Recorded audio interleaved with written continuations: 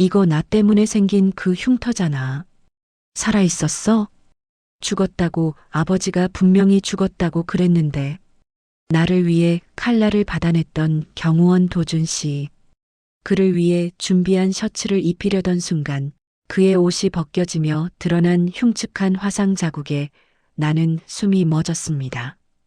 그의 등 전체를 뒤덮은 건 25년 전 우리 집안이 지워버린 가장 추악한 흔적이었으니까요. 도대체 이 남자 우리 집에 무슨 짓을 하러 온 걸까요?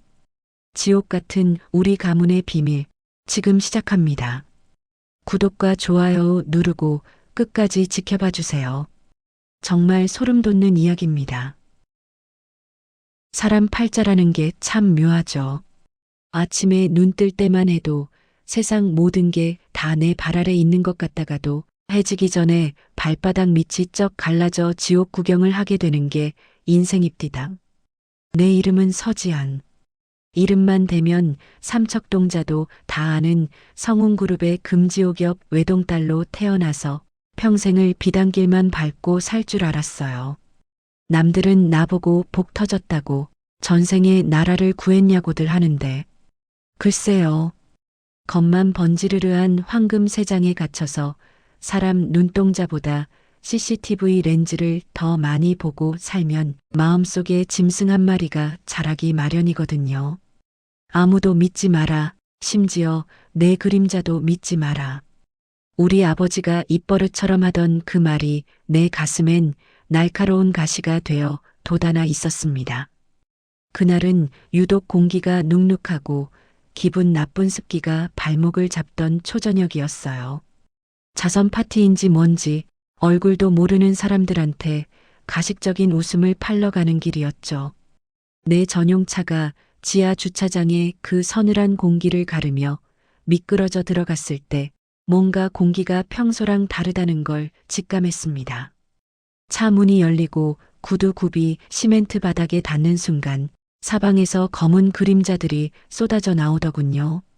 비명조차 목구멍에 걸려 나오지 않는 그 찰나의 순간 내 팔을 낚아채는 그 억센 손길들에 온몸의 피가 역류하는 것 같았습니다. 그때였습니다. 어디선가 바람을 가르는 소리가 들리더니 둔탁한 타격음과 함께 내 몸을 짓누르던 그 무거운 공기가 한순간에 흩어지더군요.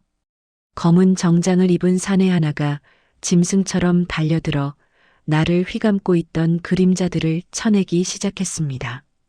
그게 바로 도준이었어요. 내 전담 경호원으로 새로 들어왔다던 말수 적고 눈빛만 시퍼렇던 그 사내 말입니다. 놈들이 휘두른 날카로운 칼날이 공중에서 번뜩였습니다. 내 심장을 향해 들이치던 그 서슬퍼런 쇠붙이를 본 순간 나는 눈을 질끈 감았습니다. 아, 이렇게 끝나는구나 싶었죠.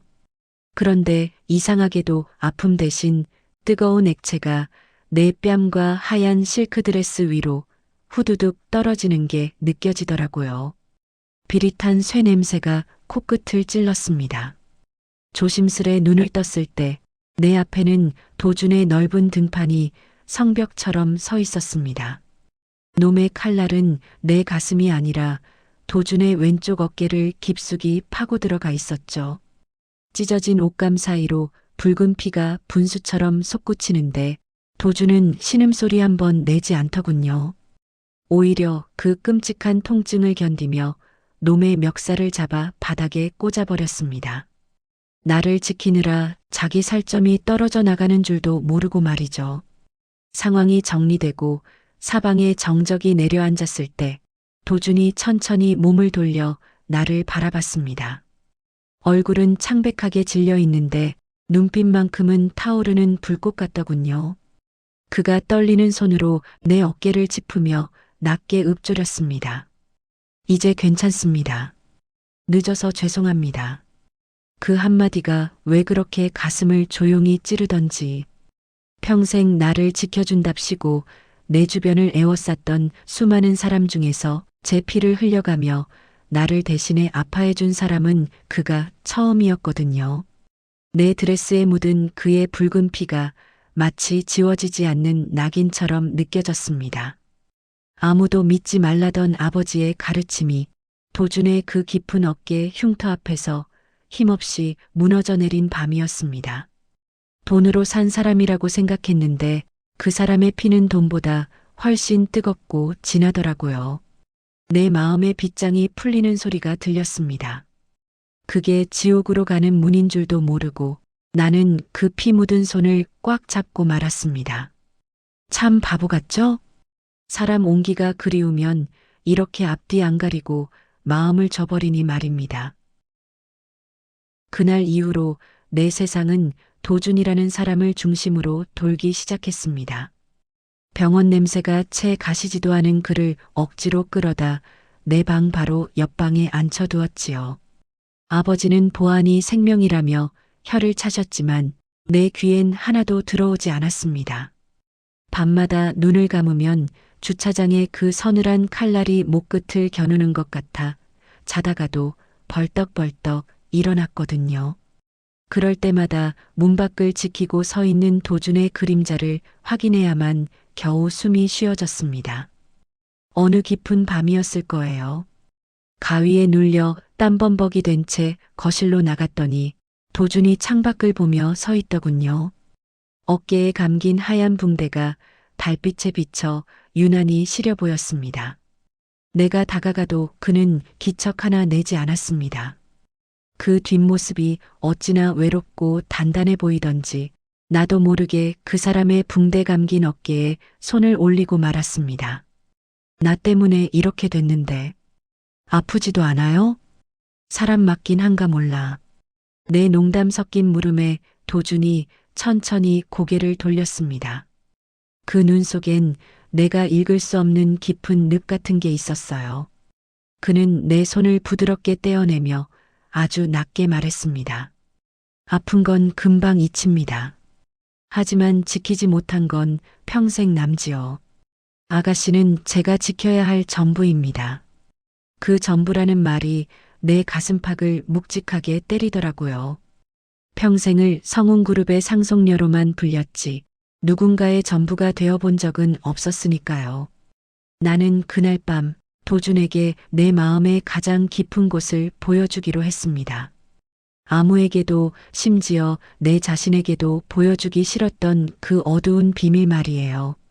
나는 그를 데리고 서재 뒤편에 숨겨진 지하 금고로 향했습니다. 우리 아버지가 평생을 바쳐 모은 돈과 그 돈을 모으기 위해 저지른 온갖 지저분한 뒷감당들이 담긴 그곳 말입니다. 보안 코드를 누르는 내 손가락이 가늘게 떨렸습니다. 지잉 소리와 함께 육중한 철문이 열리고 그 안에 서류 뭉치들이 쏟아질 듯 모습을 드러냈습니다. 여기 있는 게 우리 가문의 진짜 얼굴이에요. 여기 열 수 있는 사람, 우리 아버지랑 나밖에 없어요. 근데 이제 당신도 알잖아요. 내 비밀을 공유한다는 건 내 목숨줄을 당신 손에 쥐어준다는 뜻이에요. 내 맘 알죠? 도준의 눈동자가 그 순간 아주 미세하게 떨리는 걸 봤습니다. 그는 금고 안에 가득 찬 서류들을 훑어보는 대신 나를 아주 뚫어지게 쳐다봤습니다. 그 눈빛이 어찌나 뜨겁던지 내 얼굴이 다 화끈거릴 정도였죠. 그는 아무 말 없이 고개를 끄덕였습니다.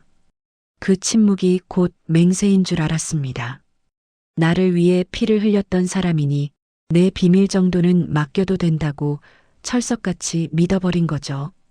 그날 밤 나는 도준에게 내 인생의 모든 열쇠를 넘겨줬습니다. 그게 내 목을 조를 밧줄이 될 줄은 꿈에도 모른 채 말입니다. 사랑에 눈이 멀면 사리 분별이 안 된다더니 딱 내 꼴이었지 뭡니까? 사랑이라는 게 참 무섭습니다. 눈앞에 빤히 구덩이가 파여 있는데도 그 사람 손만 잡고 있으면 꽃길처럼 느껴지니 말이에요. 그날 밤 지하 금고의 그 차갑고 묵직한 공기마저 도준의 온기 덕분에 포근하게만 느껴졌던 내가 지금 생각하면 참 덩신 같기도 하고 가엾기도 합니다. 그는 내가 잠든 사이 나를 지키는 게 아니라 나를 무너뜨릴 준비를 하고 있었습니다. 새벽녘 설핏 잠결에 거실 쪽에서 아주 미세하게 들리는 기계음을 들었던 것 같기도 해요. 하지만 나는 그저 도준이 밤늦게까지 나를 지키느라 깨어있나 보다. 참 든든한 사람이다. 그렇게만 생각하며 다시 깊은 잠에 빠져들었습니다. 내 목숨줄이나 다름없는 그 금고 속 비밀들이 하나둘씩 복사되어 그의 주머니 속으로 빨려 들어가고 있는 줄도 모르고요. 아침에 눈을 뜨면 도주는 언제나처럼 정갈한 차림으로 내 방문 앞을 지키고 있었습니다. 그 반듯한 어깨와 흐트러짐 없는 눈빛을 보면 세상 모든 불안이 씻겨 내려가는 것 같았죠. 하루는 내가 용기를 내어 그의 손을 슬쩍 잡았습니다. 거친 굳은 살이 박힌 그 손이 어찌나 듬직하던지 나는 그만 속에 담아둔 소리를 내뱉고 말았습니다. 우리 그냥 다 버리고 어디 멀리 가서 살면 안 될까요? 이 화려한 집도 그 징글징글한 돈도 다 필요 없어요. 당신이랑 같이 이름 모를 바닷가 마을에서 아침 맞는 거, 그게 내 꿈이에요. 내 고백에 도주는 잠시 숨을 멈추는 듯 했습니다. 그의 눈동자가 아주 잠깐, 아주 찰나의 순간 동안 흔들리는 걸 봤어요. 그건 아마 복수를 위해 달려온 심장과 나라는 인간에게 흔들리기 시작한 마음이 치고받고 싸우는 소리였을 겁니다. 하지만 그는 이내 차가운 미소를 지으며 내 머리카락을 쓸어 넘겨주더군요. 아가씨, 꿈은 이뤄질 때까지 가슴에만 묻어두는 겁니다. 조금만 더 기다리세요. 곧 모든 게 끝날 테니까요. 그 끝이라는 말이 무엇을 의미하는지 그때 알았더라면 어땠을까요? 나는 그저 그가 우리를 가두는 이 가문의 벽을 허물어 주겠다는 약속으로만 믿었습니다. 도주는 지안이 준 정보로 아버지 서 회장의 목줄을 죄살인 교사 증거와 정관계 로비 리스트를 완벽하게 복제해냈습니다. 이제 그에게 남은 건 방아쇠를 당기는 일뿐이었죠. 그런데 이상한 일이죠. 도준의 얼굴이 날이 갈수록 수척해지더라고요. 복수를 눈앞에 둔 사람의 환희보다는 벼랑 끝에 선 사람의 위태로움이 느껴졌습니다. 내가 건네는 따뜻한 차 한 잔, 내가 챙겨주는 약 봉투 하나에도 그는 가끔 넋이 나간 듯 나를 바라보곤 했습니다. 그 눈빛은 마치 등 뒤에서 칼을 꽂으려다 실수로 제 손등을 그어버린 사람처럼 아파 보였습니다. 우리는 그렇게 서로 다른 끝을 꿈꾸며 되돌릴 수 없는 선을 넘어버렸습니다. 나는 그를 향한 사랑으로, 그는 나를 향한 증오와 연민 사이에서 이제 폭풍전야의 정적만이 우리 사이를 맴돌고 있었습니다. 칠순 잔치가 열리는 그 화려한 밤이 우리 인생의 가장 잔인한 도화선이 될 줄은 꿈에도 모른 채 말입니다. 드디어 그날이 왔습니다. 우리 아버지 성운그룹 서창현 회장의 칠순 잔칫날 말이에요. 집안은 아침부터 구두 닦는 소리, 꽃 장식 옮기는 소리로 요란법석이었지만 내 마음은 이상하리만치 고요했습니다. 도준과 약속했던 그 끝이 오늘이라는 생각에 오히려 가슴 한복판이 뻥 뚫린 것처럼 허전하더라고요. 나는 며칠 밤을 꼬박 세워 준비한 선물을 꺼냈습니다. 백화점 명품관을 다 뒤져도 마음에 차는 게 없어 결국 내 손으로 직접 한 땀 한 땀수를 놓은 실크 셔츠였죠. 도준의 그 넓은 어깨에 꼭 맞을 세상에 단 하나뿐인 옷. 삐뚤빼뚤한 바느질 자국마다 내 진심을 꾹꾹 눌러 담았습니다. 복수가 어쩌니, 세상이 어쩌니 해도 나는 그냥 이 남자랑 따뜻한 밥 한 끼 마주 앉아 먹는 평범한 안악이 되고 싶었거든요. 잔치가 시작되기 직전 나는 도준을 내 방으로 불렀습니다. 빳빳한 정장 차림으로 서 있는 그에게 수줍게 셔츠를 내밀었죠. 오늘 같은 날 이런 옷 하나는 입어줘야죠. 내가 밤잠 설쳐가며 만든 거예요. 여기서 갈아입어봐요. 잘 만나보게. 도준은 당황한 기색이 역력했습니다. 나중에 입겠습니다라며 한사코 거절하더군요. 하지만 내가 누구입니까?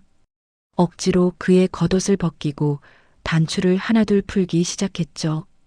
도주는 포기한 듯 깊은 한숨을 내쉬며 등을 돌렸습니다.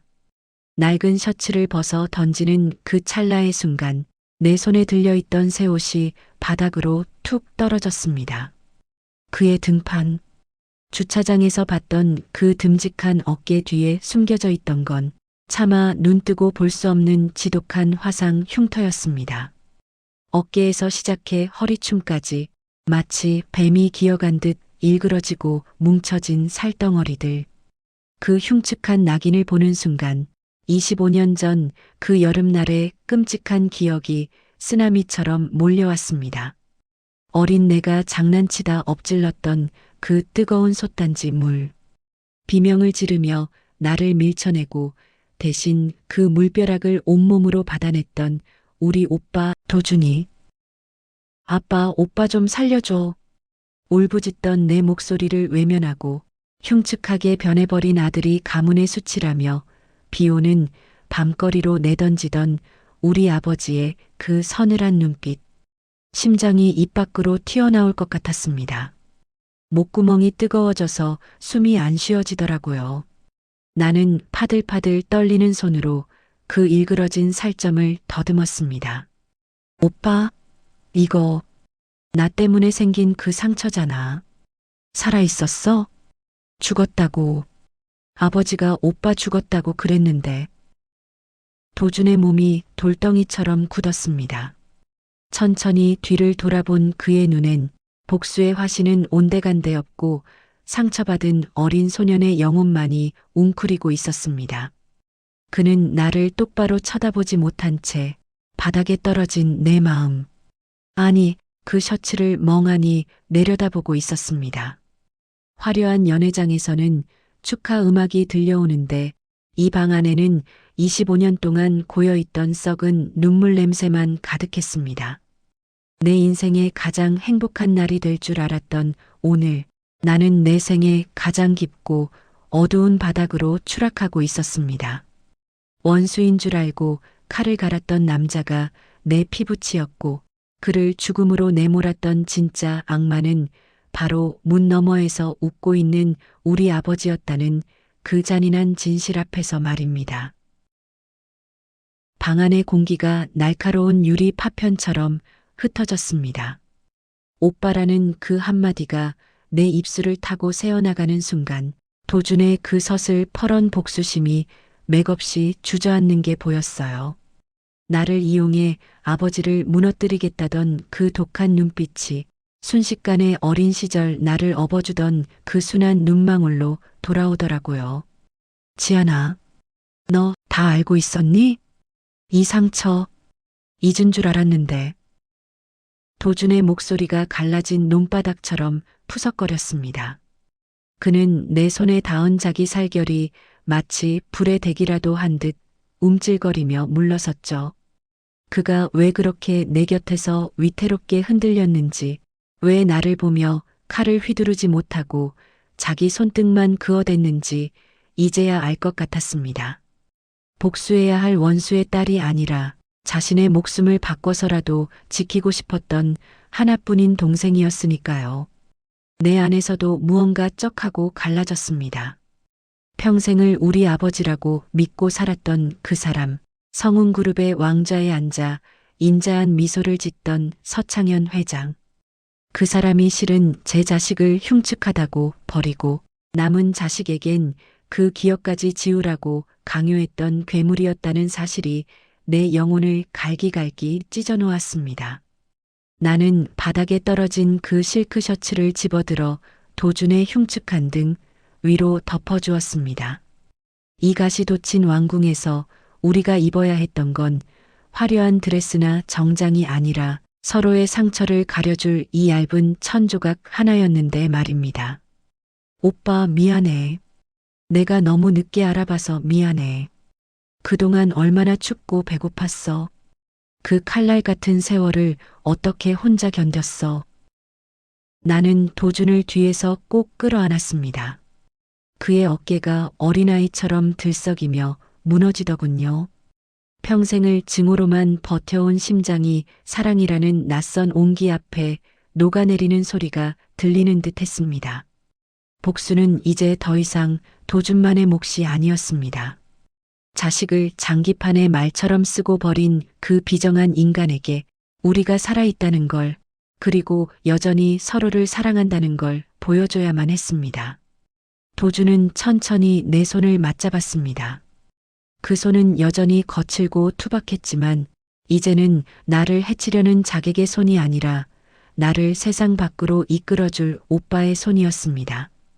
지안아, 이제 됐다.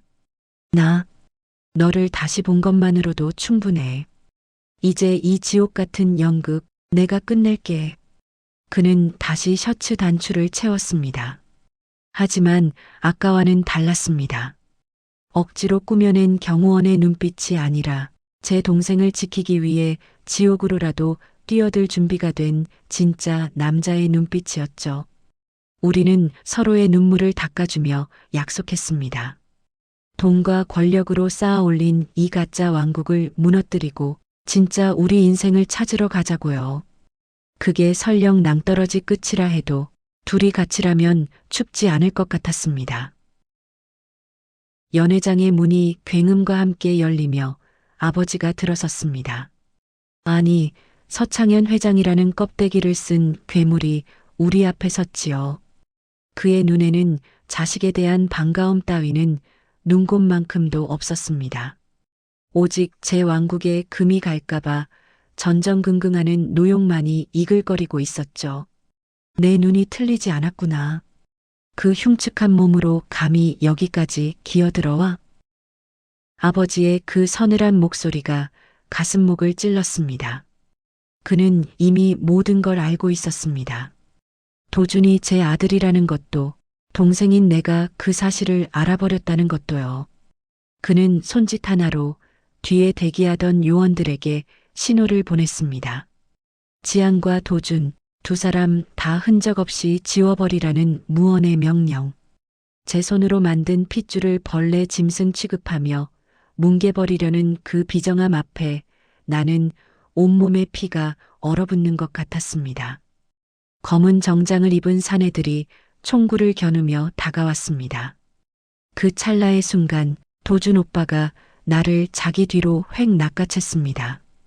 오빠의 손에는 아버지를 단번에 무너뜨릴 수 있는 장부와 녹취록이 든 장치가 쥐어 있었죠. 그걸 터뜨리면 아버지는 끝나겠지만 오빠 역시 무사하지 못할 상황이었습니다. 오빠 안 돼. 제발 그만해.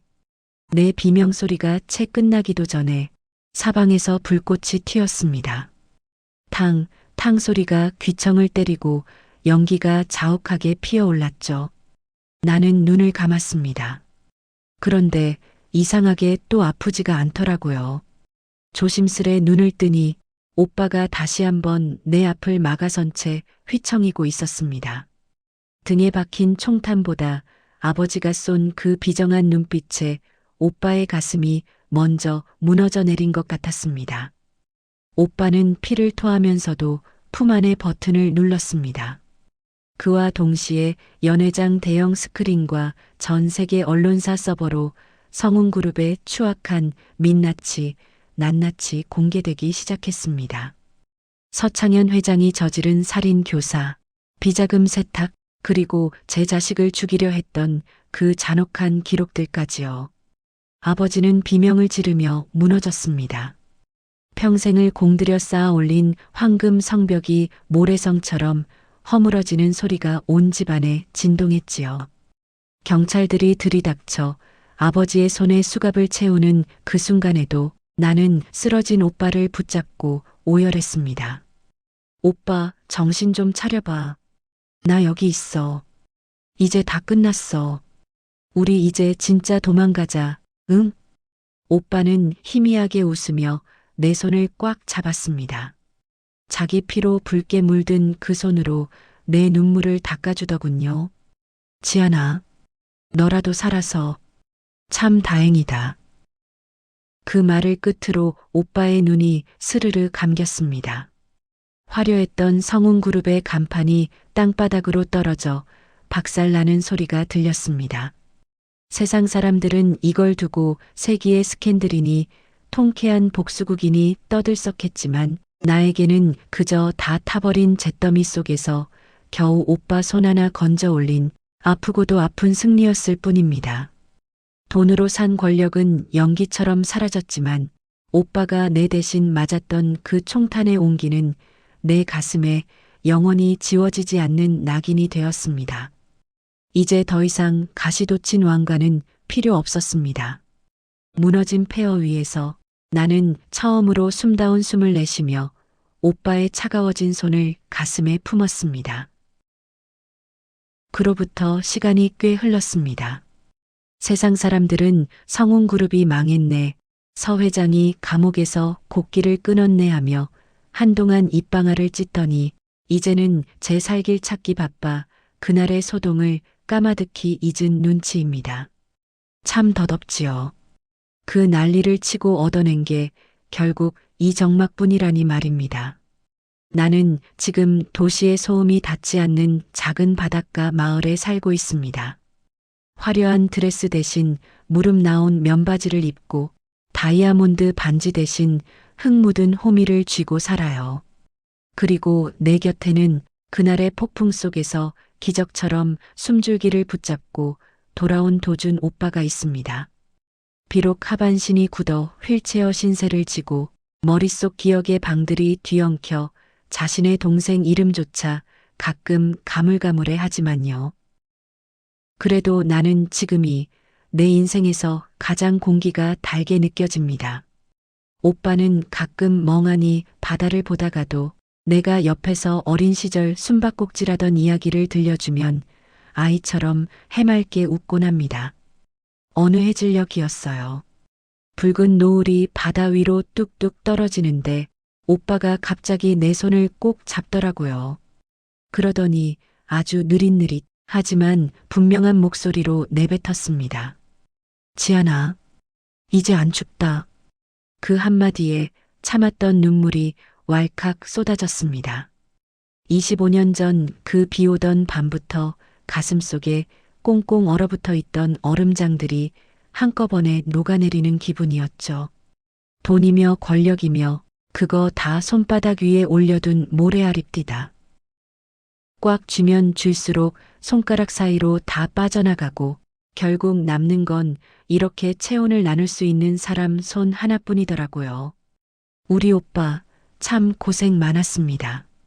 그 모진 세월을 복수라는 도끼 하나로 버티며 얼마나 가슴을 쥐어뜯었을까요? 이제는 그 무거운 왕관도 날카로운 가시도 다 내려놓고 그저 평범한 오빠로 나는 평범한 동생으로 늙어갈 수 있어 참 다행입니다. 여러분, 인생 참 짧고도 길죠? 억울해서 잠 못 드는 밤도 있고 믿었던 사람한테 발등 찍혀 피눈물 나는 날도 있을 겁니다. 그래도 죽으라는 법은 없더라고요. 내 마음 알아주는 사람 딱 하나만 곁에 있으면 그 폐허 위에서도 꽃은 다시 핍니다. 오늘 밤엔 여러분 곁을 묵묵히 지켜준 그 사람 손 한번 꽉 잡아보세요. 고생 많으셨습니다. 진심으로요.